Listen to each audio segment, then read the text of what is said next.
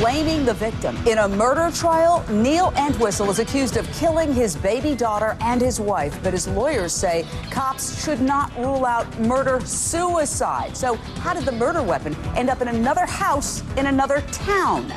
Lawyers in the O.J. Simpson robbery and kidnapping trial are in court talking about potential jurors. Now, we all know about this latest crazy O.J. case out of Las Vegas.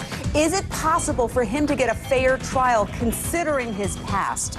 A husband charged with killing his new wife while scuba diving on their honeymoon. Cops think he turned off her air supply and just let her sink to the bottom. And a witness may have seen the entire thing. Prime News starts right now.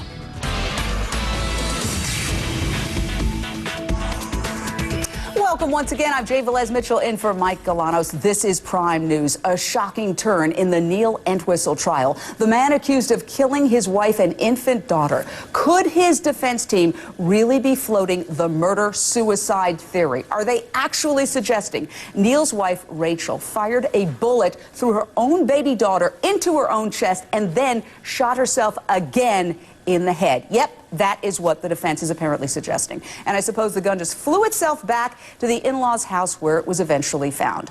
But really, this takes blaming the victim to a whole new level. They appear to be claiming that not only is she at fault, she is a baby killer. Let's introduce you to our expert panel, starting with Ashley Banfield, anchor of In Session. She has been covering the Entwistle trial for True TV. Mike Brooks, CNN law enforcement analyst. Ivan Gold, a criminal defense attorney. And Dr. Tara Fields, a psychologist and marriage and family therapist.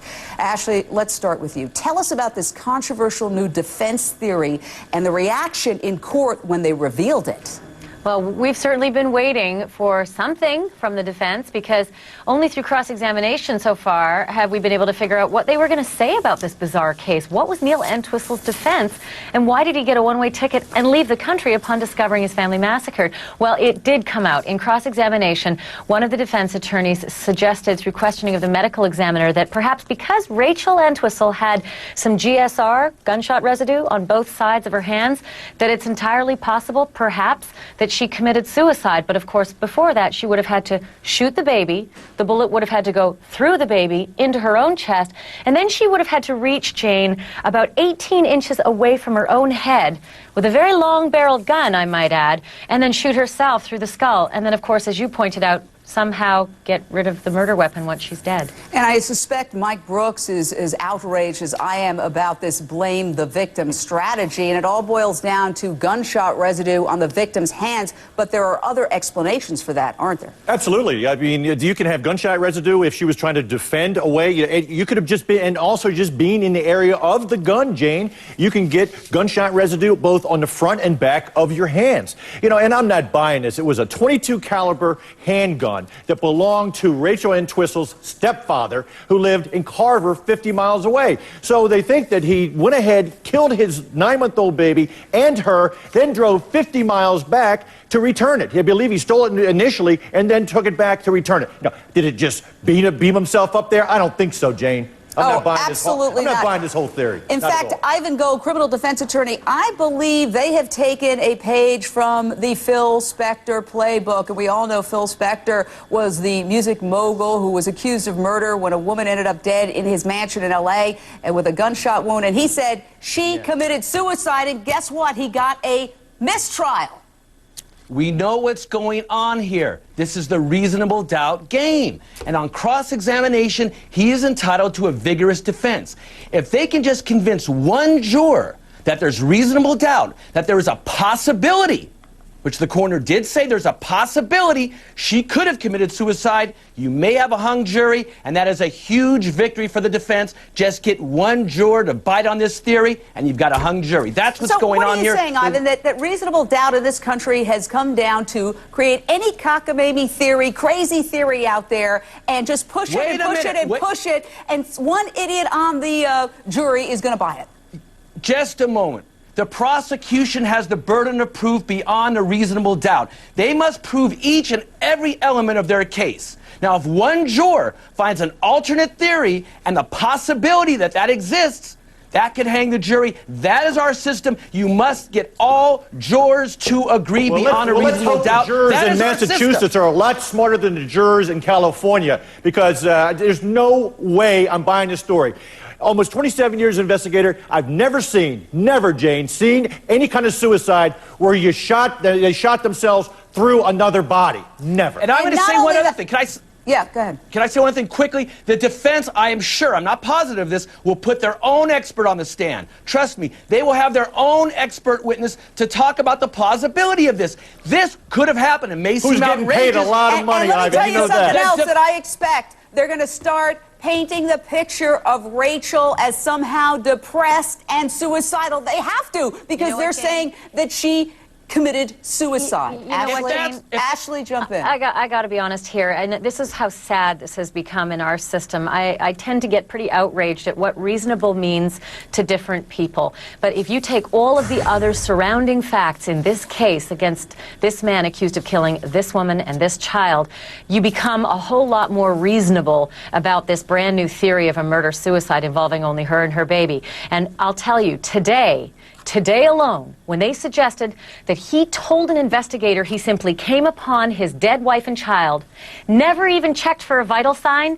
never even touched those bodies, but turned around, bought a one-way ticket, and left the country, that's where the reasonableness of jurors just might kick in and suggest that this other story is absolutely implausible. Because they've been unreasonable in many other cases. And let's go to the psychologist, Tara Fields. You know, he had a motive. He had money problems. He was obsessed with sex. He was trolling the internet for escorts, but she didn't.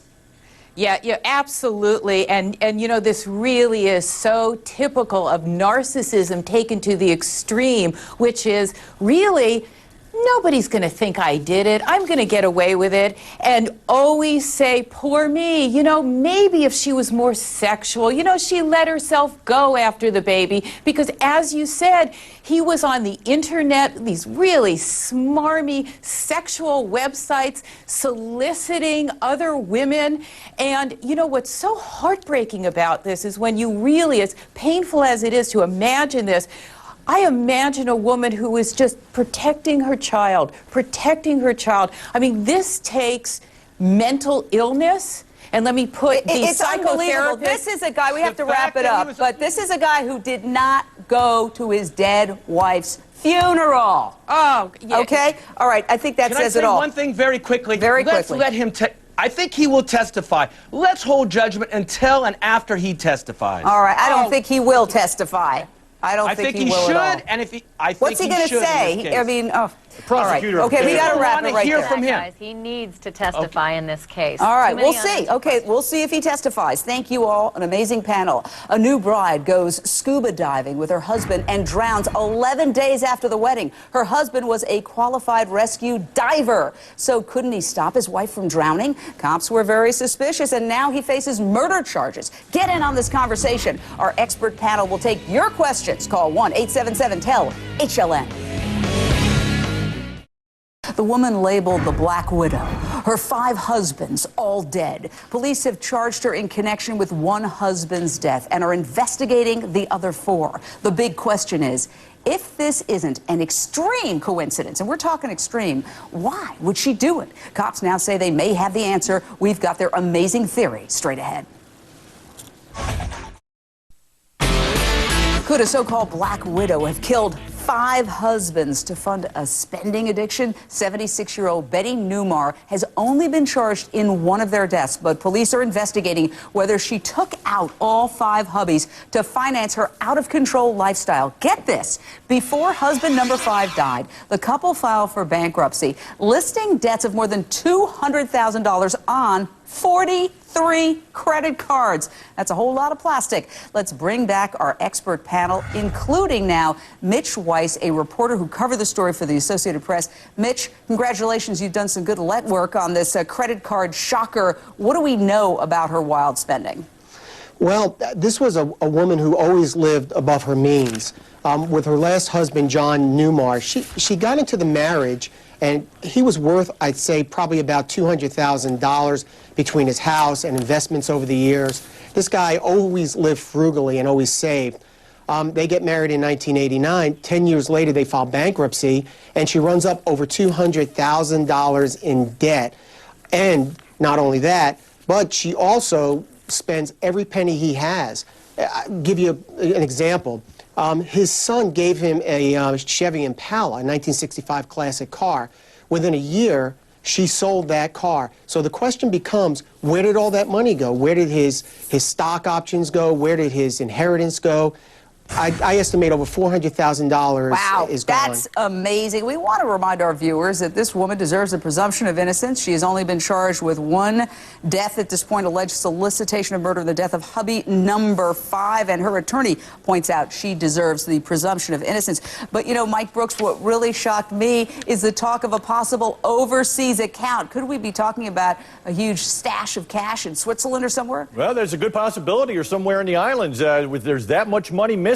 It's got to be somewhere. I doubt if she spent that much, especially with all the credit card debt she'd run up. You know, but they're going to have to take a look. You know, the other husbands, Jane, died in 1952, 1954. Then the one in 1965.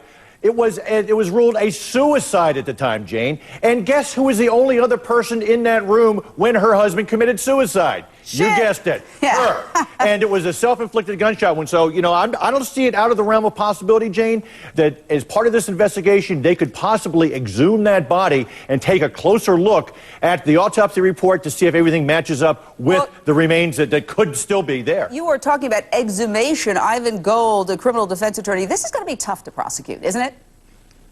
I think so. This is a murder that happened, an alleged murder that happened in 1986, 22 years ago. And the lead investigator of that case at that time has passed away. Also, this is a 76-year-old woman. Is a jury going to really want to convict a 76-year-old woman? And remember, this is a murder case, not a bankruptcy case. Right. The fact she has money here, money there, let's keep focused. It's a murder case.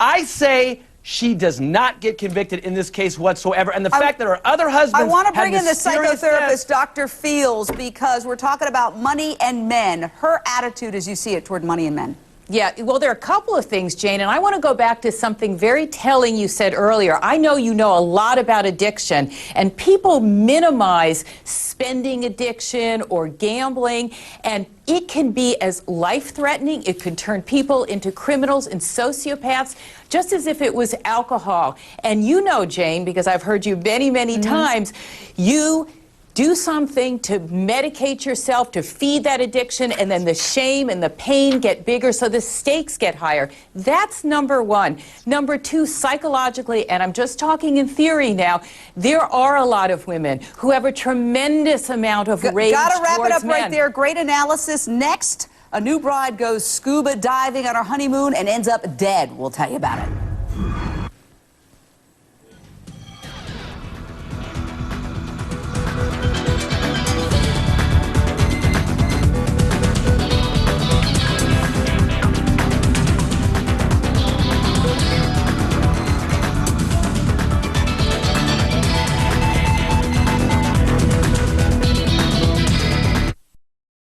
Between his murder trial in the 90s and his upcoming armed robbery trial, O.J. Simpson, no stranger to the courtroom. His lawyers say that could hurt him. They're preparing for jury selection. A wild day, some amazing bombshells in court. We're going to tell you about them next. O.J. Simpson back in the news again. Remember last year's totally bizarre sports memorabilia robbery at a Las Vegas hotel room? Lawyers back in court today, and there are bombshells. Let's start with Ashley Banfield, anchor of In Session on True TV. You have been following these hearings, bombshells in court today, apparently involving the gun and some kind of recording. Tell us about it. Yeah, because don't forget, Jane, this whole thing comes down to O.J. Simpson saying, look, I never knew there were any guns in that hotel room. I just went there to get my stuff back. Well, now we've got some evidence. There's a tape. A tape exists in this case. We've got the transcript, and it actually has O.J. Simpson talking to the other person in the case who you'll be starting to hear a lot more about, and that's Michael McClinton, a witness in the case who turned, basically make a plea deal. And that conversation has O.J. Simpson saying, "You didn't pull out the piece in the hallway, did you?" To which Michael McClinton replies, "No, no, no, no, no, hell no." And that's pretty significant because that's O.J. Simpson talking about a piece, which is a direct reference to a gun in the case. That's amazing. Now, where is this recording? Where was it made? How was it obtained? Ah, good question, my fair journalist. And that is a question all of us want to know, because there are two recordings now that are going to make it into this case. One is the one with Tom Riccio that recorded the whole thing going down. This next one we're assuming is a telephone conversation, but the FBI has been in possession of it. They have authenticated it, which is very important to note, because there's been much ado made about whether these tapes are even fair to get into evidence in the first place. It's because all the crazy and bizarre characters that are involved in this one. Mike Brooks, the gun, the tape about the gun. Is it the smoking gun? It could be the smoking guns, Jane. Initially, there were 2 weapons seized. Now, Walter Alexander, who we just saw his picture just a moment ago, he was the owner of at least one of the guns, but after this incident, the Las Vegas police seized 2 weapons. So, you know, and they burst into this room on Alfred Beardsley and Bruce Fromong. They're the 2 collectors, if you will. The whole group of a whole group of sleazebags. But anyway, these 2 guys were the collectors, and they're the ones that when they came in, you could hear on an audio tape that Tom Riccio, another stellar person involved in this case, who set all this up and possibly set up O.J., but I'm sure that's going to be a defense. You can hear O.J. on that audio tape that Riccio recorded, and it's just all profanity all the way through, and he's blaming Beardsley and Fromong, and they're putting it back on Mike Gilbert, who is an associate that we've heard just more recently from, associate of O.J. Simpson's and one of his former managers, saying, "Oh no, it's Mike Gilbert, it's not us. You just shouldn't be here. You should go after Mike." So this is going to be a mess when it comes to court. Ivan Go, you're a sports attorney. You actually know O.J. Simpson. Can he ever get a fair trial? He is a hot-button personality. So many people despise him. It's going to be very, very difficult for him to get a fair trial. Many people think he committed those murders in 1994. They want to hold him responsible. They want to punish him. This is the time they can do it. This is their opportunity. There's another group of people who would never convict O.J. Simpson, no matter what the evidence is. The challenge will be to get people who are fair and impartial. It will be extremely difficult, and that's what O.J.'s lawyers have to really press. Can he get a fair trial? This will bring up appellate issues. The key to this case will be cross-examination. They must cross-examine these witnesses and tell the jury to take a step back. What is this really? This is sports memorabilia. These people know each other. Ivan, the big argument is I agree with you. You can't steal what's yours. However, O.J. Simpson allegedly went way beyond trying to take back his memorabilia. There are kidnapping issues. There are all sorts of very assault issues at this point. I mean, if a gun's involved, he could go away for life. Let me bring this up also, okay? And it's the nature of the crime as well.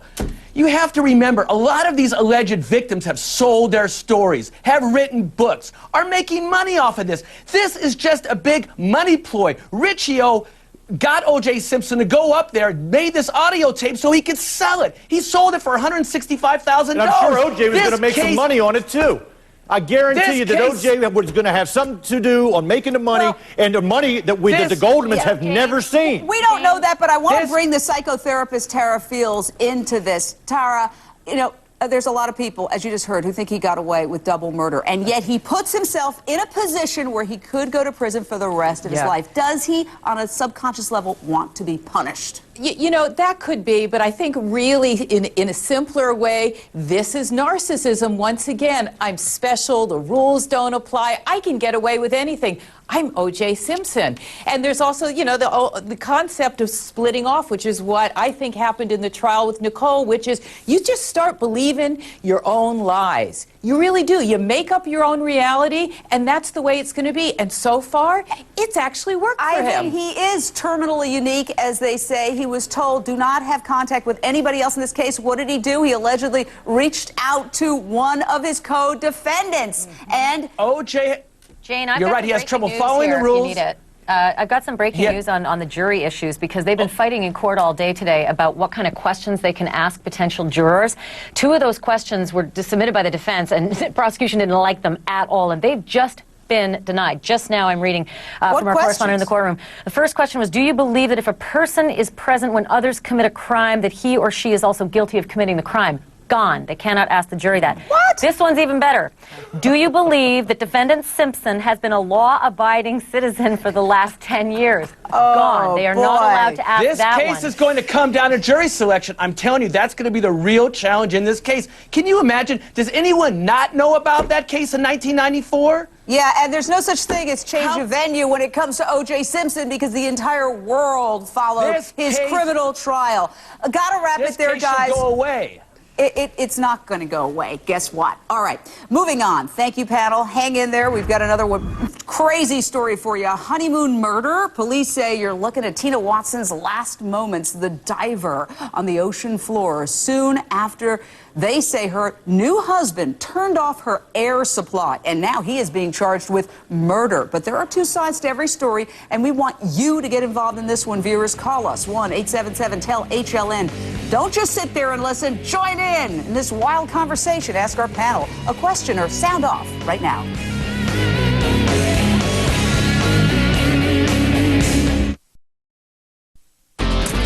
A man is charged with killing his bride of 11 days. She drowned during their honeymoon. The Alabama newlyweds were on a diving expedition in Australia's Great Barrier Reef. That was 5 years ago. Well, today a warrant was put out for Gabe Watson's arrest and extradition.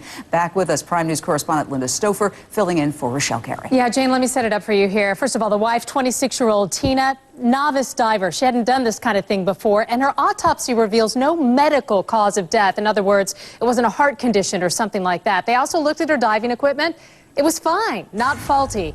Take a look at this picture. It is completely chilling. You can see the final moments there taken by another member of the diving expedition. Obviously, that's her highlighted on the right-hand side of your screen. Well, a witness says that the newlyweds were locked in some sort of an embrace at the depth of 49 feet. And Jane, that was right before he headed up to the surface, and she sank to the ocean floor. So sad. This is really astonishing. I understand her husband was certified as a rescue diver, but he couldn't help her. Now, before we go any further, we did call Gabe Watson's attorney several times. We were unable to reach him, but he has told the media that he feels his client has not been given the presumption of innocence. In his statement to the Sydney Morning Herald, he says, quote, "One is left with an uneasy feeling in this case that the police at some point determined that Gabe was guilty of murder and have endeavored to construct a case to that end." Okay, that's their side. Let's turn to our panel. Apparently, Mike Brooks, cops say he has changed his story not once, but many, many times about what happened during those crucial moments. What does he say? What do the cops say? Well, he's saying that there was a swift current. He was saying that he couldn't go down because he had ear problems.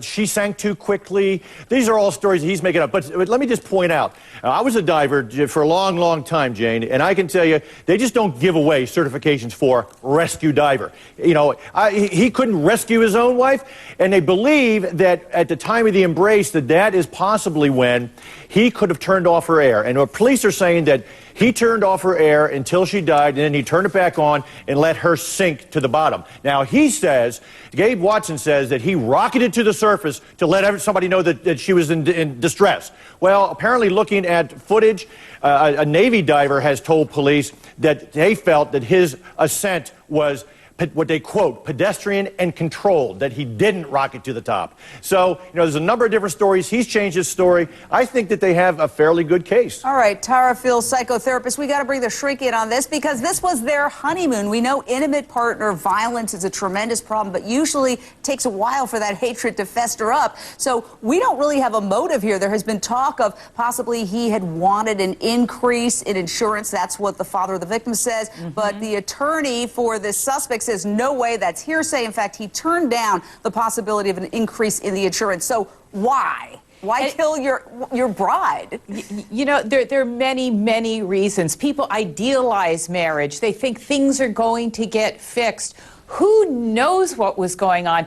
And there was something else, Jane. Didn't she say to somebody, he's going to kill me if I don't do this dive? And, you know, this is a wake-up call, if that's true to women. Just say no. Stop giving yourself up. If your gut's saying, I don't think I want to go diving today, say no. Who knows what set this guy up? who set him off. All right. I hear what you're saying, and I did not hear that report that you mentioned. And again, he deserves the presumption of innocence. Ivan Go, criminal defense attorney. We don't know where this guy is. He's somewhere in the United States. How do we find him, and then how do we extradite him? There is an extradition process, governmental process. It will take time. The extradition process has nothing to do with the substantive procedure of the crime, the substance of the crime itself. It's getting him back to Australia. He will go there. He will be tried for this case. I submit to you the evidence is extremely weak in this case. If there's an eyewitness, that's one thing. This case will be based on expert testimony, 5,000 spousal deaths per year. We're coming back with calls. We've got a lot of voices weighing in on this one, obviously. I want to hear yours, too. Join us live on the air, 1-877-TEL-HLN. Your calls on this deep-sea tragedy next. And don't forget to join Glenn Beck later on Headline News. He will be talking with comedian Jeff Foxworthy for the hour. That's Glenn Beck tonight at 7 and 9 Eastern.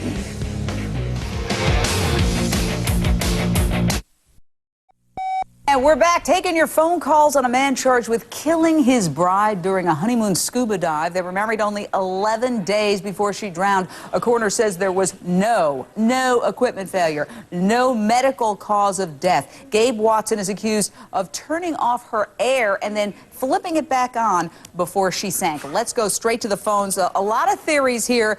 Pat, what is your thought? Hello, Pat? Here I am. Okay, what are your thoughts on this mystery? Seems like every other week a man kills his wife. What I want to know is what took so long for this crime to become news? You know, what took so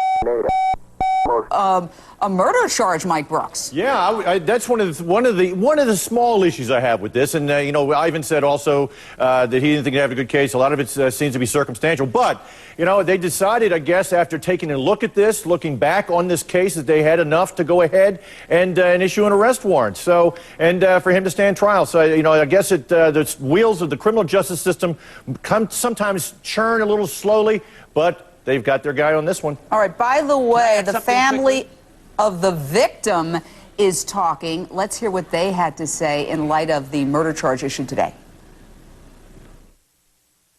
It really validates the struggle that we've undertaken. What we want is justice for our daughter and peace.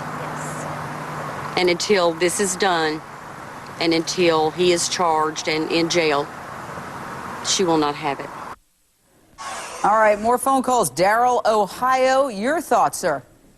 Yes, my theory is that it's a tragic accident. It's a fishing expedition. I hate to say that.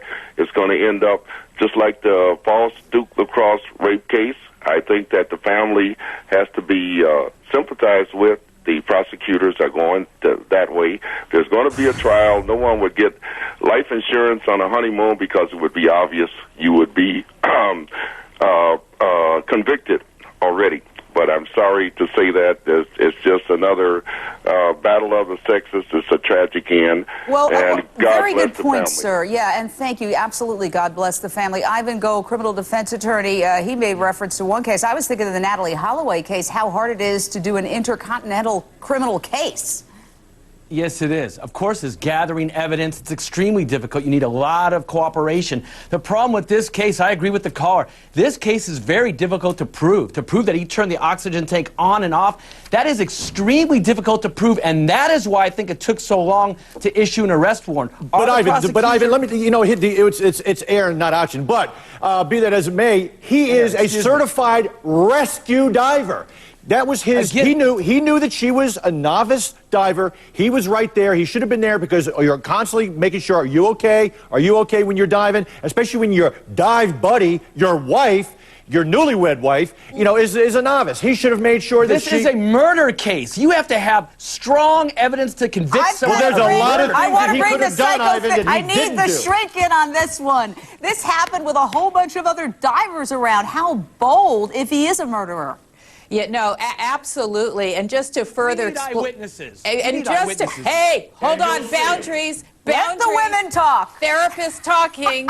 You know, just to explain again. I mean, I think a lot of people were thinking, oh, they're on their honeymoon. Maybe they're really embracing. But to just really go back and answer something you said earlier, Jane, which is how can someone do this? And a caller did say we hear about these newlyweds where a husband kills the wife. There's this borderline personality disorder, and it's very common where somebody just, they want love. They'll do anything to get love, but if you get too close, and boom. you think we've covered the weirdest stories? No, we've got one that's even stranger involving a palm frond. Stick around. We get surveillance video of holdups at gas stations and convenience stores sent to every newsroom every day, but never like this one that came in today involving a very unique weapon of choice, a palm frond. Linda Stouffer has the bizarre, crazy, insane details. Yeah, I'm trying not to laugh yet at this one. Apparently this guy didn't have a knife, didn't have a gun, so what did he do to intimidate that clerk at a DeLand, Florida convenience store? Oh, I don't know. He got a plant, and I'm just going to stop talking now so you can see the video for yourself. Give me your money. $50. Hey! $50. No dog. $50. Right now. $50. $50. Hey! $50. Hey! Do it! Out! All right, in the end, he doesn't get his $50 as the clerk herds him out of the store with, yes, a bar stool. I guess, you know, it wasn't loaded or something like that, but the man was clearly recognized by one of the store employees and was quickly caught. And Jane, he is charged now with armed robbery. Oh, dear. Didn't think this one through. I love it. I love it. Our panel is back now to help us digest this one. Ivan Gold, criminal defense attorney. Does the law consider somebody being armed if they are brandishing a palm frond? Well, if it's used in the act of force or fear, yes, it could be interpreted that way. That's the key, force or fear. And the legislature is constantly modifying the laws to make good for new high-tech devices. You know, so I think force or fear is the key. Tara Fields, psychotherapist. I think this guy is probably in the psych ward right now. It sounded like he was making up that accent as well. This didn't seem genuine. There's something else going on here. I think he was making up a lot of things, like no one can see me behind this box. Camouflage. I may be a shrink, but I'm human under it. I know, absolutely. And let me just say, this was no patient of mine. Yes, yeah, I was going to say, if he came to you, you'd probably say, I'm busy. Oh, but oops, Jane, you know, yeah, no, and I think, you know, seriously, he thought he was being very clever, and he had really thought the whole thing out. Palm frond, good, I could say that. But Mike, I will there's come up anger with an there. There's real anger when he says now. It's like now. Yeah. You know, 25, hey, 50, you maybe should have just asked for 25. But let me point out what police are also saying, Jane. Apparently the type of palm this is called Spanish bayonet. And they say that the leaves are so sharp that a lot of people put them on their windows, underneath their windows, to keep people from breaking in because they would cut themselves very seriously. So, you know, we've got the intent, we've got the motive, we've got armed robbery. I have a theory. He was smoking that thing before he went into the store. Ivan? This guy needs a therapist. He needs a therapist on this panel. Don't refer him to me, but I also have to say this is an example of no impulse control. I know. I need a weapon. It's right under my window. Yay, we come up with an accent. We show them we're tough. I'm angry. Give me that money now. I have a palm frond. You know, it also, I think, it shows the power of cravings. He might have had a craving for a Twinkie. Gosh only knows what he wanted. Oh, Jane, but he wanted it bad. Jane, Most crimes I'm from San Francisco. We don't want to go down the Twinkie path again. No. Most crimes are committed because of a drug or alcohol problem. People steal and commit crimes to support their habit. Thank you, Ivan. In the School of Obvious Analysis, I think, was alcohol involved? It needed was drugs to be involved? Of course. Thank you all. You panel, fabulous panel. That's all I can say. Thanks for spending time with us. I'm Jay Velez Mitchell for Mike Galanos.